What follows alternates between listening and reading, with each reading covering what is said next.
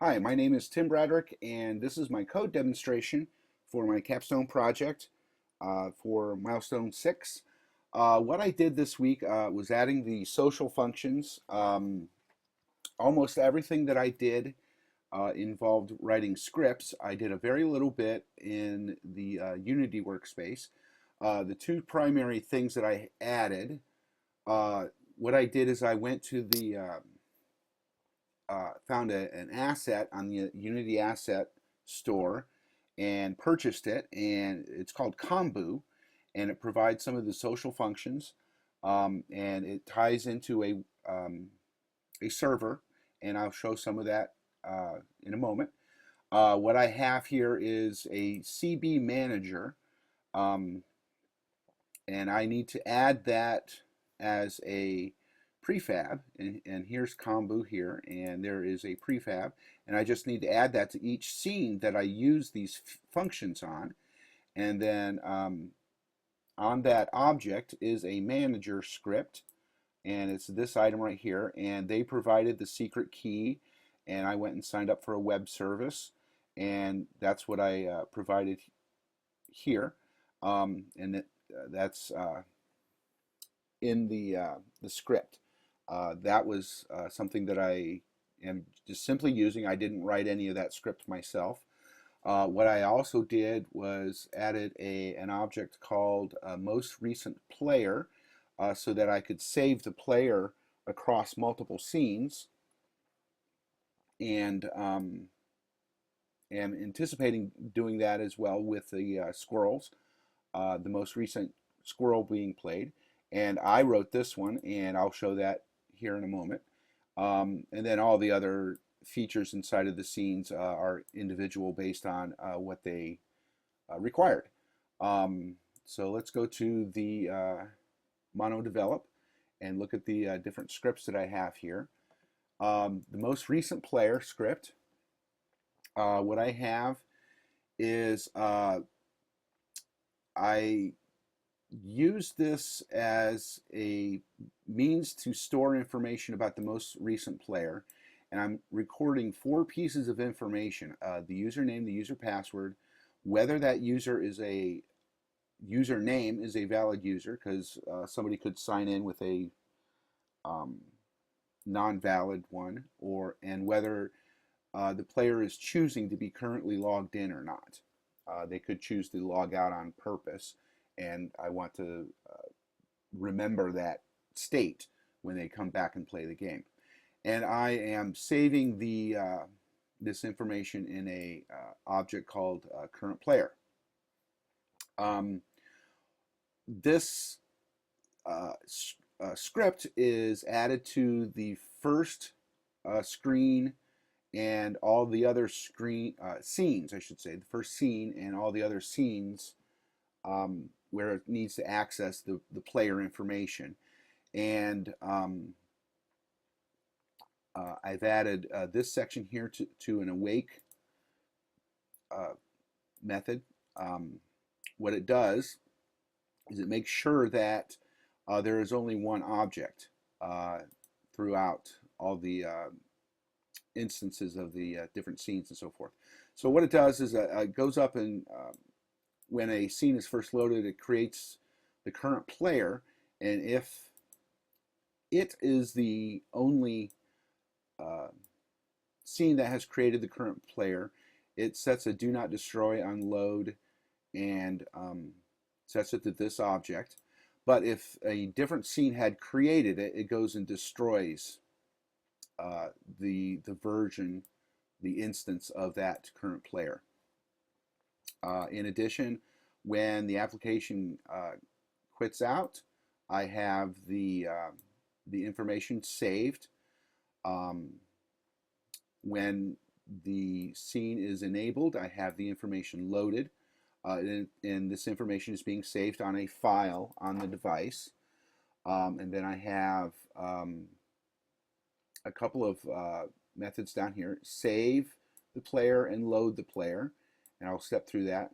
And then I also have a static method, set the current player. So if through the process of playing the game, somebody chooses to log out and have another person log in, they could have that set as a default when they first or next go and start the game.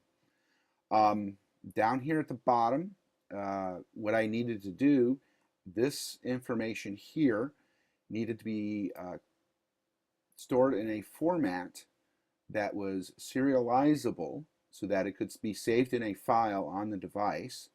And that's what this down here is. This information, an additional class is created that this information is serializable.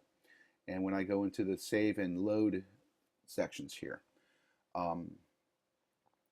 that will be a little bit clearer. One of the things that I needed to do was to use the binary library and the IO library, and I created a binary formatter and a file stream, and on that file stream, for saving, I'm creating it, and it's being created in this location here. The persistent data path is just a specific location on the device, and then this is an extension of that. That's a location, and that's the name of the file that I'm saving it as, recentplayer.dat. And then it takes this information and converts it into the serializable information. So it's taking and creating an object that will store the data in a serializable format using this definition down here. And then the current player is loaded into that serialized, those pieces of information. And then that file is then saved on the device with this, and then the file is closed. And then the load is just basically the opposite of what we did here. We're also using a binary formatter and a file stream, and then we're deserializing the file in the exact same location, and then we're taking that data and putting it into a format that the game can use, the current player object. Okay. Let's see here. I had a set logged user. This is pretty straightforward. When right after the start screen, you tap on the start button. What this tries to do, this is using some of the Kombu features. And again, remember there's a CB manager object in the scene as well. So it is accessing those classes inside of that. And basically when that start scene is first opened up on the game, it goes and creates an instance of CB Manager and tries to log in the player based on the information that we had saved. If there's no information, it won't log them in, obviously. But down here, it's checking the CB Manager, and that goes to the web server and checks to see if the player is authenticated, if the devices basically have a user that is logged in. If it is, and then it grabs the name of that logged in user. If there is nobody logged in, it takes the information from the most recent player, current player information that we had just seen in the previous script. And it takes that information and applies it to a login username and a login password, and it tries to log that player in automatically. And that's what that does. And then on the update, the update checks to see if that that username has successfully logged in, and if so, they display the name in the objects, in the text objects in the scene, and then it validates that uh, person's username. And if not, it will display none and no and invalidate it using that right there. Okay. And then most of the work that I did was in two of the scenes. One is where I'm creating the new account. That is the scene where you saw manage accounts. You could log in, you could log out, and you could create a new user. And anticipating adding a couple more features, but I haven't done that yet. This is the script for that scene. Again, it's using Kombu a great deal, and these are some of the pieces of information that Kombu needs to use. There's a create username, create password, login username, login password, and it creates a user object. I use these to format the buttons, and then there's a number of different buttons that you could select on the side, and that would display what's on the screen. That's what the enum here does.